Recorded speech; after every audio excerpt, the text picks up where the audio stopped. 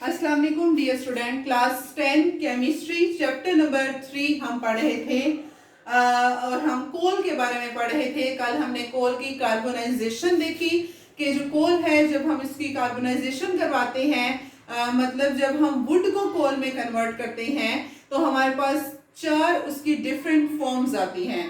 जैसे हमने देखा कि पीट है, परसेंटेज ऑफ कार्बन कंटेंट की बेस पर हम उसको 4 टाइप्स में डिवाइड करते हैं। पीट हमने देखा उसमें 60% कोल था, लिग्नाइट था उसमें 70% कार्बन था, बिट्यूमिनस था उसमें 80% कार्बन था और एंड पे एंथ्रेसाइट था जिसको हम इंडस्ट्री में फ्यूल के तौर पे यूज करते हैं जो कि सुपीरियर क्वालिटी फ्यूल है, उसमें 90% कार्बन था। आज हम पढ़ने जा रहे हैं, जैसे हमने कहा कि जो कोल है बेसिकली ये ऐसा ऑर्गेनिक कंपाउंड है, नेचुरल कंपाउंड है जिसकी जब हम जो कि डिफरेंट इसमें थाउजेंड्स ऑफ हमें नए ऑर्गेनिक कंपाउंड मिल सकते हैं कि जब हम इसकी डिस्ट्रक्टिव डिस्टिलेशन करवाते हैं। डिस्ट्रक्टिव डिस्टिलेशन मतलब कि हम कोल को in the absence of air जब हीट करवाते हैं, in the absence of air oxygen की कमी में ऑक्सीजन नहीं प्रेजेंट होती, under high temperature under high pressure जब हम इस कोल को हीट करवाते हैं तो ये कोल की फिर आहिस्ता आहिस्ता से ब्रेक डाउन होती है और ब्रेक डाउन होके फिर हमें डिस्टिलेशन होती है और हमें जो है वो डिफरेंट इससे कंपाउंड्स आगे से मिलते हैं जो कि बहुत यूजफुल हैं और इवन उन कंपाउंड्स की भी आगे से हम डिस्टिलेशन करवाकर फिर और डिफरेंट कंपाउंड्स बना सकते हैं। थाउजेंड्स ऑफ डिफरेंट कंपाउंड बनते हैं क्योंकि हमें पता है कि कोल जो है इसमें कार्बन, हाइड्रोजन, ऑक्सीजन, नाइट्रोजन और सल्फर वगैरह के कंपाउंड प्रेजेंट हैं। तो इसकी वजह से फिर ये it is a source of thousands of organic compound. सबसे पहले है कि जब हम कोल की डिस्ट्रक्टिव डिस्टिलेशन करवाते हैं इससे हमें कोल गैस मिलती है, इससे हमें अमोनिकल लिक्विड मिलता है, कोल टार मिलता है। फर्दर कोल टार की डिस्टिलेशन करवाएंगे, फर्दर और चीजें मिलेंगी, कोक मिलती है, एंड में जो एंड प्रोडक्ट है। कोल गैस क्या है? Coal gas is basically the mixture of hydrogen gas, methane gas, carbon monoxide gas.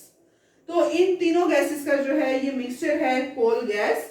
Coal gas जो है जब ये एयर के साथ, जब ऑक्सीजन के साथ जलती है, ऑक्सीजन की प्रेजेंस में जब इसकी कंबशन होती है तो बहुत ज्यादा हीट प्रोड्यूस होती है। तो इतनी ज्यादा हीट प्रोड्यूस होती है जिसकी वजह से फिर इस कोल गैस को इंडस्ट्री में एज अ फ्यूल यूज किया जाता है। डिसएडवांटेज ये है कि एज अ फ्यूल यूज कर रहे हैं तो उसकी वजह से पोल्यूशन बहुत ज्यादा हो जाता है। सल्फर डाइऑक्साइड गैस रिलीज होती है जो कि फिर एसिड रेन काज करती है, इरिटेशन काज करती है, तो पोल्यूशन हो जाता है। उसके अलावा इंडस्ट्री में एज अ फ्यूल तो हम इसको यूज कर रहे हैं, उसके अलावा हम इसको यूज करते हैं जब मेटलर्जिकल ऑपरेशंस परफॉर्म किए जाते हैं, जब मेटल्स की एक्सट्रैक्शन करवाई जाती है, मेटल्स को एक्सट्रैक्ट करवाया जाता है, जैसे कॉपर की एक्सट्रैक्शन हो रही है, तो उस दौरान भी फिर कोल गैस को as an inert atmosphere provide करने के लिए, inert atmosphere, reducing atmosphere provide करने के लिए कि बाकी चीजों का जो है वो अटैक ना हो, बाकी इन्वायरमेंट डिस्टर्ब ना हो, तो उसके लिए फिर कोल गैस को यूज करते हैं। नेक्स्ट अमोनिकल लिक्विड, नाम से पता चल रहा है अमोनिकल मतलब अमोनिया, लिक्विड मतलब लिक्विड वाटर। अमोनिया का वाटर में जो मिक्सचर होता है उसको हम कहते हैं ammoniacal liquid. Ammoniacal liquid important है फर्टिलाइजर्स की सिंथेसिस में। जो फर्टिलाइजर्स बनते हैं, खाद बन रही है, उसमें अमोनिकल लिक्विड बहुत ज्यादा यूज होता है। जैसे कि जब अमोनिकल लिक्विड को यूज करते हैं, जब ये सल्फ्यूरिक एसिड के साथ रिएक्ट करता है तो हमारे पास फर्टिलाइजर बनता है ammonium sulphate. Ammonium sulphate fertiliser बनता है। तो फर्टिलाइजर इंडस्ट्री में इसको फर्टिलाइजर्स बनाने के लिए अमोनिकल लिक्विड को यूज किया जाता है। तो नेक्स्ट है कोल टार। कोल टार जो है ये ब्लैकिश थिक लिक्विड होता है और गाढ़ा सा होता है। इसके अलावा इसको जो है वो यूज किया जाता है सरफेसिंग ऑफ रोड्स के लिए और रूफ के लिए। इसकी जो कोल टार है जब हम इसकी डिस्टिलेशन करवाते हैं तो एंड पे हमें पिच मिलती है। वो जो पिच है, वो जो लुक है, उसको यूज करते हैं रोड्स को और रूफ्स को सरफेस करने के लिए यूज किया जाता है। कोल टार की फर्दर जब हम फ्रैक्शनल डिस्टिलेशन करवाते हैं, fractional distillation on the basis of boiling point, जो सेपरेशन करवा रहे हैं मटेरियल्स की, तो उससे हमें 200 डिफरेंट कंपाउंड्स मिलते हैं। इस कोल टार के अंदर भी 200 डिफरेंट कंपाउंड्स जो हैं वो प्रेजेंट होते हैं। मोस्टली वो एरोमेटिक कंपाउंड्स होते हैं। एरोमेटिक कंपाउंड मतलब जिनमें बेंजीन रिंग होती है। जैसे एरोमेटिक कंपाउंड में आ जाती है बेंजीन, कोल टार से निकलती है, टालोवीन निकलती है, एनिलीन निकलती है, NH3, बेंजीन के ऊपर NH2 जो लगाता है उसको हम एनिलीन जो का नाम दे देते हैं।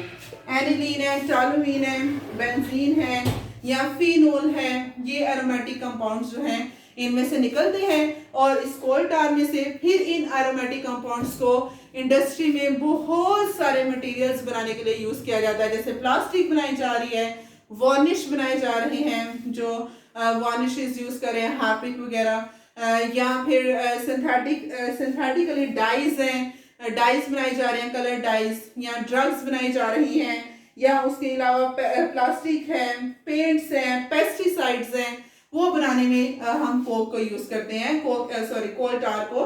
उसके अंदर जो बेंजीन, टालोवीन और एनिलीन वगैरह प्रेजेंट है उनको यूज करते हैं। उसके अलावा मैंने आपको बताया कि जो कोल टार है, कोल टार का जो पीछे रेजिड्यू बच जाता है, इनके अलावा जो पीछे मटेरियल बचता है, रेजिड्यू मतलब जो बची हुई चीज है जिसको हम पिच कहते हैं, उसको फिर हम रोड्स को और रूफ्स को सरफेस करने के लिए यूज करते हैं।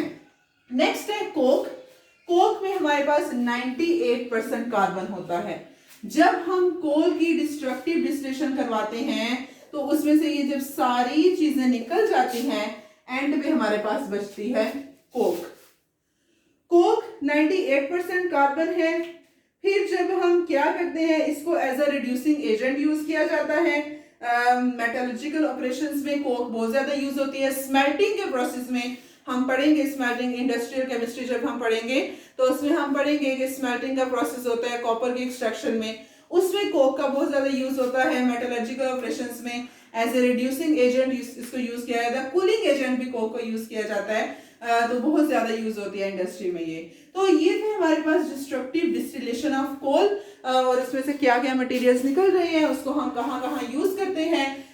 कल इंशाल्लाह हम बाकी जो सोर्सेज रह गए हैं ऑर्गेनिक कंपाउंड के, उनको डिस्कस करेंगे। Thank you so much.